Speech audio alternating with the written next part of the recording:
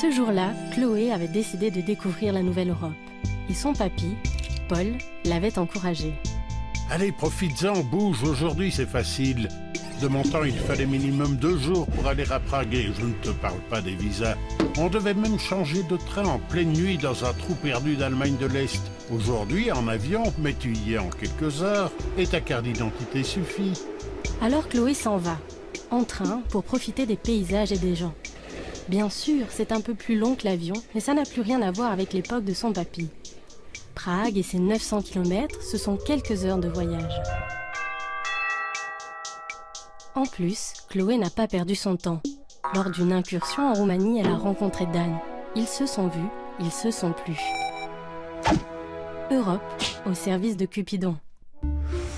Dan lui aussi avait eu envie de découvrir l'Europe et de se faire un peu d'argent. Il avait rejoint un chantier de la vieille Europe. 45 heures dans un vieux bus sur des routes loin d'être toutes impeccables. Et sur place, mal logé, mal considéré, il n'était même pas très bien payé. En plus, à son retour, il avait constaté que son employeur n'avait pas payé les lois sociales. Alors l'Europe... Quand elle retrouve son papy, Chloé est triste. Elle pense à Dan resté là-bas. Lui, il a décidé de travailler d'arrache-pied pour devenir médecin et pouvoir la rejoindre.